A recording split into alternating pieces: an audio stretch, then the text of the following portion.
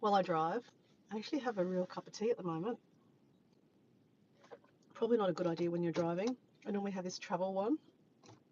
So let me drink some of it and put it into my normal cup. Oh, mm, I love a cup of tea when I drive to work. I don't know what it is. I feel like it's extra tasty. I don't know why. It's all in my head, I'm sure. Like my thermos. These are one of the old thermoses that are glass inside. They don't make these anymore. Oh shit, no, I'm burning myself. See what I mean about spilling tea? It's literally me spilling tea. Hey Matt, how you going? Welcome to Spilling the Tea with Dora. I literally just spilt it on my lap. And I've spilt some of this in my bag. Yep, can't take me anywhere. Let me just put the top on it so that it's not a sippy cap.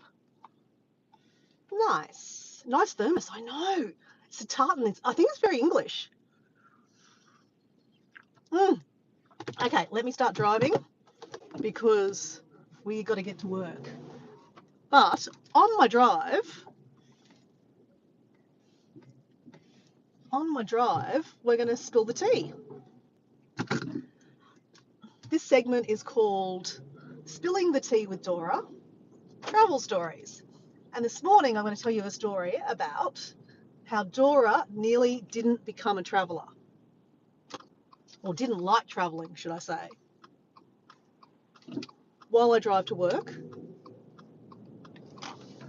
Now, for people on the lives, I'm not really going to be able to see the chat very well because it's on a horizontal live, so I can't touch the phone. And obviously I am eyes on the road, right? Eyes on the road. So if you have something to say, please make it short. And I think I can see Debbie Sue.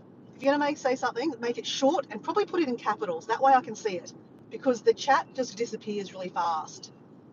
But today's Spilling the Tea is about how Dora very nearly didn't become a traveller. Now, what that means is, as a young person, I was 18 because I was legally able to drink. That's why I know I was 18, because it involves drinking. Nothing bad, but obviously I'm half Indonesian and I'm half Australian. I was born in Australia by an Australian father. My mother is Indonesian. And we would go back to Indonesia quite regularly. When I say regularly, maybe as a young kid, we went back quite a lot. And as you become older, it becomes more expensive, right? Because I think once you're over 7 years old, it becomes a full seat, right? So we did a lot of the traveling when we were under 7, so that it was half price, I think. I think that's what it was, half price. Because my mum used to travel with 2 kids. So I guess she had my sister on her lap. I don't know if that's free or not, I'm not sure. I'm sure you have to pay for it. But then 1 seat would be for me, there's 2 years difference between my sister and myself. And so we did a lot of traveling when we were younger.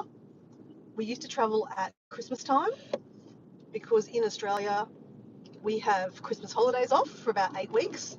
I know you guys in the UK, I don't know how you do it in the UK, but I know in the States they do it completely different. It's like June, July holidays is your big Christmas, like summer holidays, right? Our summer holidays at Christmas time, because that's Christmas time is summer for us. So we would go for like 3 months over Christmas. We would have time off even over school. My parents were they believed that traveling was part of, education because you get to see a different world. And I've actually got photos back in the day where my dad said, really, hey Maddie, how you going? You have to go to school in Indonesia because Indonesia have a completely different, they go to school. I don't think there's any Christmas holidays. I don't know when Christmas holidays are, to be honest. But they didn't have the school holidays we did have in Australia. So when we went to Indonesia, all my cousins were going to school. But they go to school 6 days a week in Indonesia. They go 6 days a week and they go to only about 12 o'clock and then they have the afternoon off. So, sorry, I'm just going to spill some tea. So one of the things my dad said to us was, if you're going to have some time off out of school, you need to go to school in Indonesia. I'm like, what? I don't want to go to school in Indonesia. So my sister and I went to school for one day in an Indonesian school. And this is completely going to a different story now, but this is how travel stories go, right? They go into completely different stories, right? I'm telling you about how I nearly didn't become a traveler because obviously at a small age, I wasn't forced to travel. I was told to travel. I mean, I wasn't forced. I was told. My mum would drag us kicking and screaming. I probably, back in the day, I probably didn't even want to go. Probably wanted to stay home and play with my friends at Christmas, right? But then obviously we got to Indonesia and then I got to play with my cousins. So that was amazing. And even though I don't speak any Indonesian and they don't speak any English, when you play, it just seems to work. It doesn't matter about what language you play, you talk, you just figure it out. And we would come back from Indonesia speaking nearly fluent Indonesian. My dad would be like, who are these girls? Who are these daughters? Like, they speak Indonesian? And then as soon as you finish speaking with your cousins, and that's it, over, right? Back to your real world. But funny story about the school day that I went to school. I've got a photo of it. These two little white girls. I mean, you probably call me yellow. I mean, that's probably racist to say that to someone that's, Asian. Oh, you look yellow. I can say that because I'm half Asian, right? Um, and I guess I probably have a bit of a tan at the moment because I have got a lot of sun from being in Indonesia. But I'm generally not so brown on the face. But there's this photo of all these kids in a school classroom, and then there's two little white girls, me and my sister, sitting in the classroom. It's very, very funny. Now, why is it funny? Well, that's funny in itself. But my last trip to Indonesia last year, previous trip to Indonesia last year with my mother and my sister and my niece, we were getting a massage. There was a local lady that was known to the family, and she does massages. And it was about equivalent to about $7 Australian to have an hour massage. So that's pretty much what I was paying on the beach in Bali, right? Anyway, she's having a chat to me and she says, do you remember me? And I'm like, no. Like, she's saying it in Indonesian. As I said, I'm not amazing at Indonesian, but I kind of understand, but I can't speak back. But my auntie was there and she has been to Indonesia. Sorry, she's been to Australia, so she can speak pretty good English. So she was kind of like translating. She's like, the massage lady is saying, do you remember her? And I'm like, I don't remember her. And she's like, she was in your class when you went to school that day. I'm like, oh my gosh, really? So, I mean, I took a photo of her. I've got a photo with her. Obviously, we both don't look like those children anymore. Like, when I was like, I don't know, 5 or 6 years old. But I have to find that photo and see if I can make her out, because she's really got really chubby cheeks. She's quite a beautiful lady, and it was just really cool. Like I would say probably 40 years later, here I am getting massaged by a lady that was in my classroom. Can you imagine what that little girl was thinking that day? Like, who are these girls, right? Who are these white girls coming to our class for a day? And I remember it back then going, I didn't really want to go because I don't want to go to school. But my dad was a school teacher, a primary school teacher back in the day. And he said, it's not about going to school, Muriara. It's about the experience. And look at that now. 40 years later, the experience of actually, meeting someone that was in the classroom. And I said to my aunt, I asked her, like, what did you think that day that, these two Australian girls were in the classroom? And she said it was really cool. So yeah, I don't know, that was a really cool experience. But probably cooler 40 years later. And even though my father's no longer with us, I have to say to my father, like, what a cool experience, like making your child go to school in another country. So Yeah, I mean, that's pretty cool. So, my actual headline today, my title of this live was How I Nearly Wasn't a Traveller. So, this involves coming to Indonesia again as an 18-year-old. So, periodically over the years I've been to Indonesia. I can't tell you exactly how many times I've been to Indonesia. Probably less than 10, right? Not a huge lot. But as a child, a few times. As a young kid, a few times. I don't think between teenage years I even went to Indonesia. Because, when you're a teenager, you're like, I don't want to go to Indonesia. I want to spend time with my friends at school, Even though I still had a grandfather and a grandmother in Indonesia, that's kind of really bad of me that I didn't want to spend time with them. Um, I think it's harder when you are separated by ocean and you don't speak the language very well and you don't speak on the phone. It's not like what it is today. Like Maddie, she's only 16, 17. She doesn't live in a world that technology doesn't exist, right? Like when I grew up, I never did FaceTime or phone calls with my grandma. It just wasn't a thing because there wasn't the opportunity, right? The only way my mum could communicate with her home in Indonesia was to buy a phone card and you put all the phone numbers into the phone. Remember how you had to touch all the numbers into the phone or dial it around and then put the codes in, and it was just a pain in the ass. And then we go beep, beep, beep, and then the international call would come through. It was very, very expensive also. So, in today's reality, we just pick up this phone that I'm just now talking to you guys on and just transmitting myself all around the world. You can talk to anyone. That would have made a massive change to my relationship with my grandma and my grandfather if I was able to see them, if they could able to see me. So I didn't have that kind of, relationship. Even though I was the oldest grandchild, I didn't have that much of a relationship, unfortunately, with them because I didn't see them very often. That's on me, I guess. But anyway, as an 18-year-old, I decided to go back to Indonesia with my mum. And we went through Bali. I believe this might have been the first or second time I went to Bali. I can't really remember. But as an 18-year-old, I flew through Bali. Now, I'm a young 18-year-old, right? I mean, yes, I traveled to Indonesia, I'd been to Singapore and Malaysia as a young kid, but I really didn't know much about the world, right? Only through, school, TV that you watch, you know, National Geographic kind of thing. I didn't really know too much about the world. I mean, I had dreams and aspirations to travel. I really wanted to go to Egypt. That was one of the places I've always wanted to travel.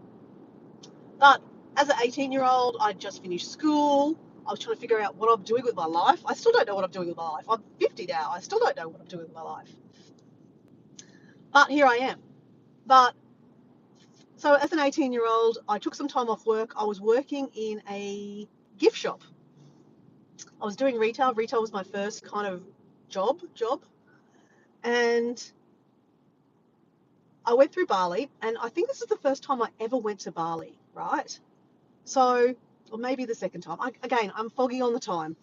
But we went through Bali, and it must have been the first time because I remember arriving at the hotel in a taxi. We were staying at the Matahari bungalow. I went trying to look for this hotel when I was in Bali like a couple of weeks ago. I don't think it exists anymore. It's on the map, but it doesn't exist. I walked past it and it wasn't there. So it must have closed down. It's an old hotel. And we dropped off at the front of it. And as soon as we got dropped off the front of the hotel, we got attacked. Not physically attacked, but like all these people just started coming over, like hawkers. They call them hawkers, right? They're grabbing my arm, like they were touching my skin. They were like touching my hair. Oh, you want your hair plaited? You want nails? You want sarong? You want that? You want this? You want that? You want massage? And they were hassling my mum. And obviously, my mum's Indonesian. She can speak the language. And my mum just go like, tin up my hole, whatever she's saying. I'm just overwhelmed. Just like I'm sitting there, like I was like literally a deer in headlights, going, "What the fuck?" People are grabbing me. This is my first experience of as an adult. Like people are like literally grabbing me, trying to pull me away from my mum. I mean, I was 18. I didn't, need my mum like, you know, as in looking after me. But I'm just like, what the hell is going on here? Like, this is just extreme. Now, can I just tell you guys, this doesn't happen as much anymore in Indonesia. This was when, back in the 80s, 90s, when it was really, really, that was pretty normal in Indonesia, especially Bali. The tourism had just opened up. Anyone that was remotely a tourist was fair game. They were like at you. Not saying physically hurting you, but like following you, swamping you. Like you had like 5 or 6 people all around you. Do you want a drink? Do you want this? Do you want that? Do you want this? Like just completely overwhelming you. I was just like, like, and I just said to my mum, "Hey, I've got to get out of here." And I went into the hotel, and my mum was like, "This is amazing, right? This is what my mum loved it." I'm just like, this is shit. I stayed in my hotel room the whole day that day, and I went, I can't go out. Nah, you go. So my mum went out for the day. I stayed in the room, and I stayed in the hotel. I think I went for a swim at the pool, but like, it was overwhelming, and I just was like, is this how the world is? Like, shit, I'm not traveling. This sucks. Um, so yeah, it was like really, really quite overwhelming. And I think the next day, my mum organised a trip. We went to this place called Tanalot. It's a place where you see the sunset in the afternoon, and it's a really, really pretty place. It's like very temple-like, many Hindu temples, but it's got like this beautiful kind of coastline that's all rocky, and they've got this little island rocky island outside, and then if it's low tide, you can walk over to the island that's got a temple on it. If it's high tide, it's like a little island in front of you with a little temple on it. It's really quite cute. So since then, I've been there a couple of times, and it's really, really pretty. But when we went to this place, also completely swamped. Like we caught I don't know, a taxi or something, but we were swamped again. Like people just hassle, hassle, hassle. Do you want a massage? Do you want a sunset picture? Do you want a postcard? Do you want this? Do you want that? Do you want a drink? Everything. Like literally grabbing you. And like this time it's the second time it's happened, right? So I'm kind of like, okay, I kind of understand it now. Like I don't understand it, but I get it. They're trying to sell, this is how they make money, right? I work in a retail shop back in Australia selling gift cards and gifts, right? People come into the shop, right? And my job is to say, hi, how you going? It's the reverse. They're coming into my space trying to sell me all their wares, right? Um, and, this is how they get paid. I get paid per hourly rate. I don't get paid commission. But I betcha if I got paid commission, I bet you I'd probably be a little bit more persistent with my sales, right? Other than, hi, how you going? I'll just be over here if you need me help. You need me, right? Um, I'd be like, hey, here's a card. What card do you want? Oh, you want a birthday card? Oh, 21-year-old. Oh, here's a 21-year-old. Here's another 21-year-old. Here's another 20 card. I'd be like, maybe not like that, but, but I'd be a little bit more forceful because my income depends on, selling this person in front of me something. So this is why I actually like commission jobs. I'm not scared of commission jobs. It's interesting, right? Very interesting how that comes around because maybe in that moment I realized that, if you are a little bit more forceful, maybe not forceful, but like a little bit more out there, you'll make more money. And maybe that's why in my life I've not been scared of commission-only jobs. I've had a few commission-only jobs now. So anyway, that, I kind of started realizing this is how things work in Bali. I mean, it was quite full on, guys. I'm going to be on, like, I'm not exaggerating. It was full on. Like, I think I've showed you videos of like me on lives where I'm at the beach and people are walking past asking if you want to buy this, do you want to buy that? And I've said sometimes, oh yeah, I'll look at your bracelets. And as soon as you say yes to one person, then another person comes and another person comes and another person comes. So it's not unrealistic that, right now in Bali, you can be having a massage by one lady on one leg, you can have your shoulders done on another leg, person, another person doing your other leg, and someone doing your nails and someone walking past going, do you want a sarong? So, there could be like legitimately 4 or 5, 6 people trying to sell you something while you're already getting a service done by a few different people.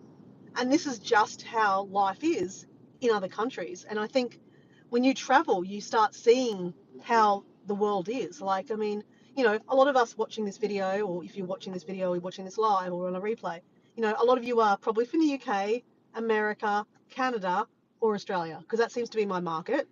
If you are from another country, hello, how you going? My friends are here, thank you. I'm sorry I'm not communicating very much, but I can't see the chat. It completely disappears. So, yeah, like I said, when you travel, you see the other side of a world that is so different to the world that you live in. Like, when you don't travel, you only see half a page because you only see what's in front of you, right? And what's in front of you is only your little world, right? And there's nothing wrong with that. Some people will never travel and don't like to travel, right? And that's okay. But if you have an opportunity, embrace it and see what it's like. And I'm just really lucky that experience, didn't sour me, because it could have, right? So I spent a couple of days there, and it didn't get any better, right? Like, people are still hounding you, hounding. But you get better at kind of ignoring people, right? And just keep on walking. Don't let people stop you. If you stop and start looking at the jewelry, then you're done for, right? So you just keep on walking, right? So that trip was a sidestep to us going to Sumatra to see my mum's family. So we went to see my mum's family in Sumatra. Now, that doesn't happen as much in Sumatra because it's not very touristy. It might be there's certain pockets in Sumatra that are touristy, but nothing like Bali. Bali has the biggest, I guess, influx of tourists. It is the place where most people go in Indonesia, but it's only a part of Indonesia, just saying. But anyway, so I had my trip in Indonesia. This is my first time traveling by myself, guys. I then left my mum in Indonesia. So my mum, at this stage, she was still working. I still worked, obviously, but she took more time off work. I only had like 1 or 2 weeks off work. So my mum stayed in Sumatra with her family. I decided to get the flight back from Sumatra to Denpasar, which is in Bali, and then Bali back to Brisbane. Okay, that was the leg that we flew. So I had to go back via Bali overnight by myself. So this is my first experience of solo traveling, right? Since then, I've had obviously lots of opportunity to have solo travel. But back then, I was a very different girl to what you see today. I was very shy, very awkward. I wasn't confident. I was just trying to figure out how the world worked. And here I am. I flew into Bali. Mum, I knew that I had to get a taxi, and I knew already how much a taxi would cost because we'd already had that experience going into Bali. And then, well, actually, maybe the hotel had organised a taxi. Maybe that's what happened. Anyway, I went back to the same hotel, right? So I get out of the hotel, people are swarming me again. I'm okay now because it's not my first experience, right? It's not my first rodeo. I'm like, okay, I'm cool. No, to that mole. Kept on walking, right? Into the hotel. And then I'm like, shit, I'm in Bali by myself. Now, my mum is a pretty protective mum, okay? She's still protective. Like, she's 76 years old, I'm 50 years old, and she still thinks I'm a little girl, right? When I'm in Indonesia, she's like, no, you can't go out by yourself. I have to go with my aunt. I can't go anywhere by myself. She still thinks I'm that little girl. Mum, I'm not the little girl. Anyway, it's very, very cute, okay? But here I am going, I'm out of the clutches of my mother. And I'm an 18-year-old girl, right? I'm like, yeah. But I wasn't stupid, right? I'm not going to go party, right? I know that I'm in a weird place by myself. So anyway, I don't do much. I was kind of like, oh, I'm a bit scared. I remember I was like, shit, I'm kind of scared. Like, what do I do? Like, what does one do as an 18-year-old that is not a drinker? I mean, I drank alcohol, but I'm not silly. I'm not going to go party by myself. I wasn't thinking how I think now, right? 40 years on, or 30 years on, 35 years, I don't know. I don't know the maths. I was 18. How old am I? 50 now. Anyway, there's an ambulance going past me. I hope they're okay.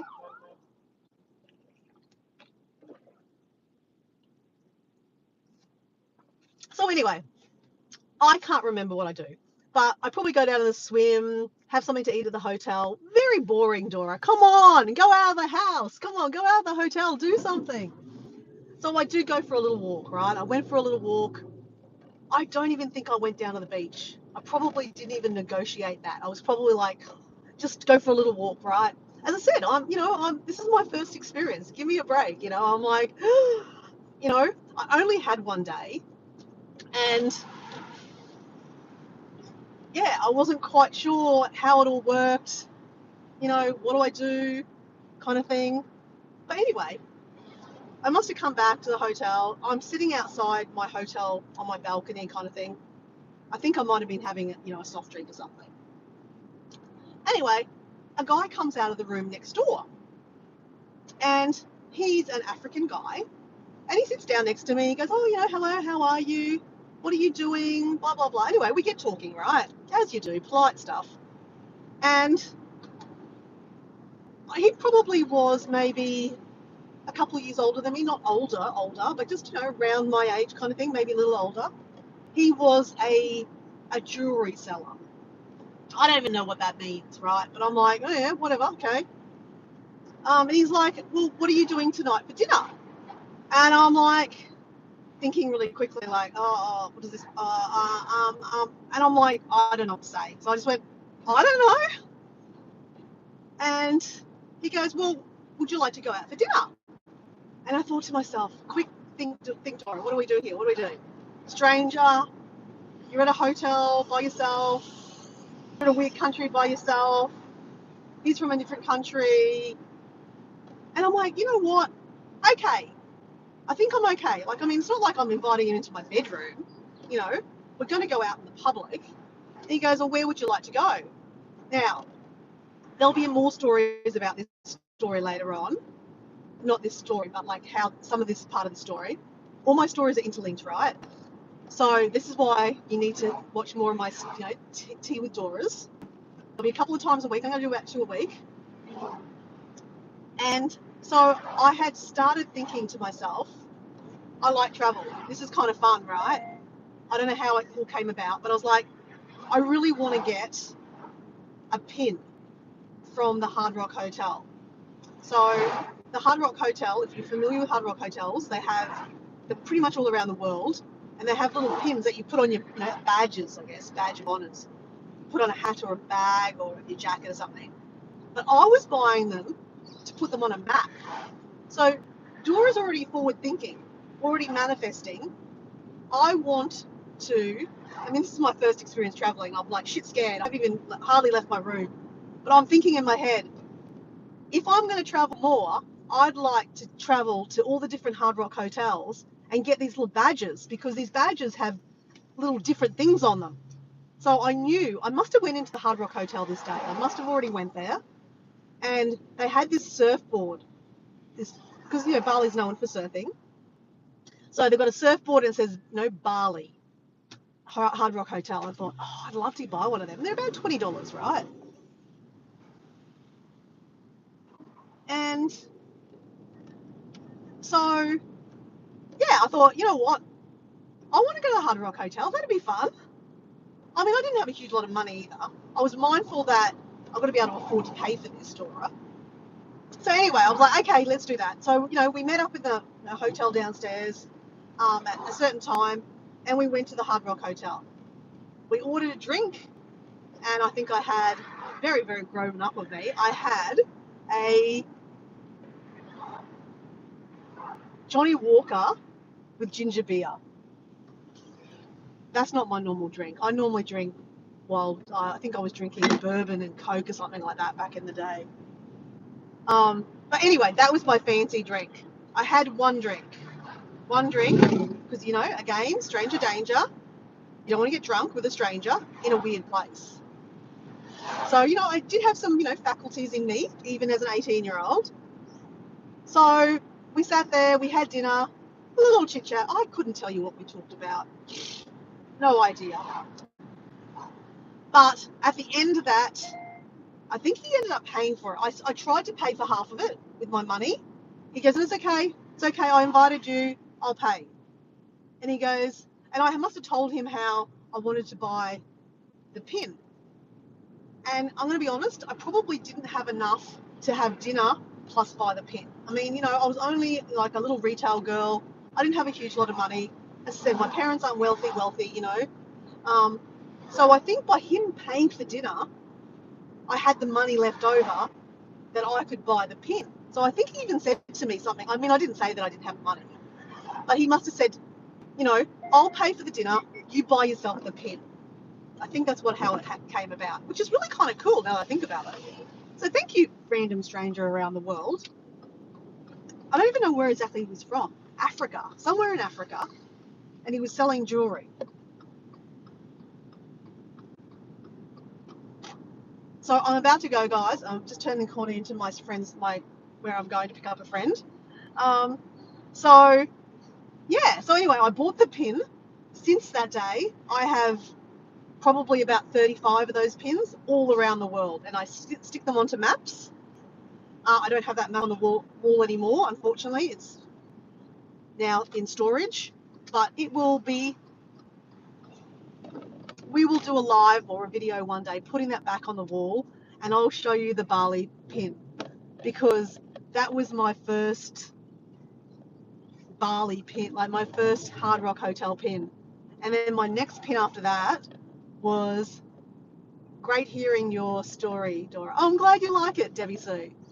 Yeah, but I mean, just think about that, guys. I went home and nothing happened. You know, it wasn't scary. It wasn't, you know, I mean, it can be scary. Like, there's some weirdos in this world, right? But I did it all right. You know, I was respectful about myself. You know, I didn't dress weird. You know, I guess there was a little, you know, like I was apprehensive. And if I'd rang my mum about it, she would have said, no, you do not go there. Do not go anywhere with a stranger. But, you know, I did it. And I think that taught me a lot, because, you know, not everyone is going to take advantage of you. Not everyone is going to hurt you. You know, was I lucky? Maybe. Did he have ill thoughts? Maybe. I don't know. But nothing happened, right? You know, literally said goodbye at the hotel, and he went to his room, I went to my room, and that was it. Did I see him again? No. The next morning he'd gone. He left early to go back home or wherever he was going. And it left me with a really nice feeling that, you know, talk to strangers. You know, it's okay to talk to strangers, even if they're the opposite sex. It's okay to go out to dinner with someone, but don't expect someone to pay it. Always try to, you know, pay your way. But that person did me a real favor, right? Like, he opened the world up to me to make me think that, you know what, it is okay to say yes to someone. And since then, I've gone out to dinner with many random people from around the world. Have I exchanged phone numbers and things? No, I'll never see them again. But there's been so many little opportunities like that, little moments of those fleeting, you know, like with strangers, that have just along the way shaped who I am today. Do I take risks? No, I don't take risks. They're always calculated things that you do, right? But it's okay to talk to strangers. And I think that story just really represents to me a whole lot of stuff. Like, I was scared to leave the hotel room because I was getting mobbed by, you know, the hawkers. But I decided to go back out and try it again and understand it. When you understand it, it makes more sense, right? It's not just people just trying to take advantage of you and trying to sell you shit for really expensive prices. It's people trying to, you know, earn a living, right? That's how they earn a living. And when you put it into your mind, how you would do that, then it makes sense and it's okay. So anyway, I just wanted to share that story with you. That was Spilling the Tea with Dora. Hope you enjoyed that.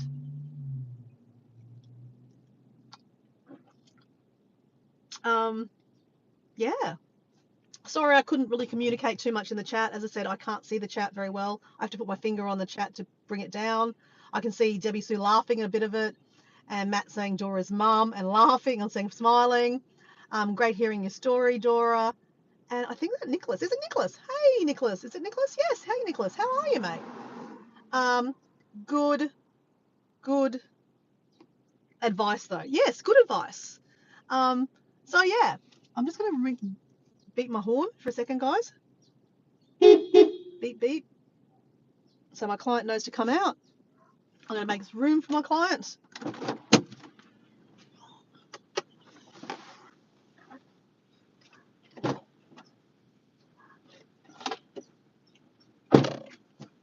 So yeah, I hope there's a there's something in that for someone. Even if you're shit.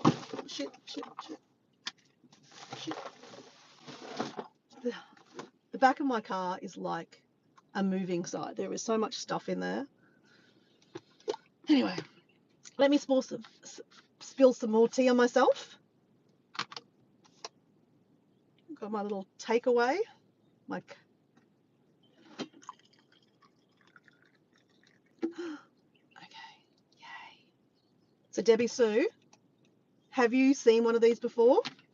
They're your normal thermoses, but it's glass in the side. And I've had one before. My mum bought me one, and I loved it. It keeps your warm drinks, your tea, because I know you love tea, Debbie Sue. So warm, like super warm, like for 24 hours. And it's glass inside, so if you break that, you drop it, it breaks. So don't drop it, Dora. Don't drop it. So Debbie Sue, you have one. Okay, you know how much they're amazing, aren't they? Amazing. Okay, there's a lot of sun coming at me, guys. I am about to go. He's my client now anyway. But Debbie Sue, question for you. Chai masala. Have you tried chai masala? Ginger, cinnamon, so many really good spices. So good for you for inflammation. Hello. How are you? You're looking at this going, what is she doing? Yeah.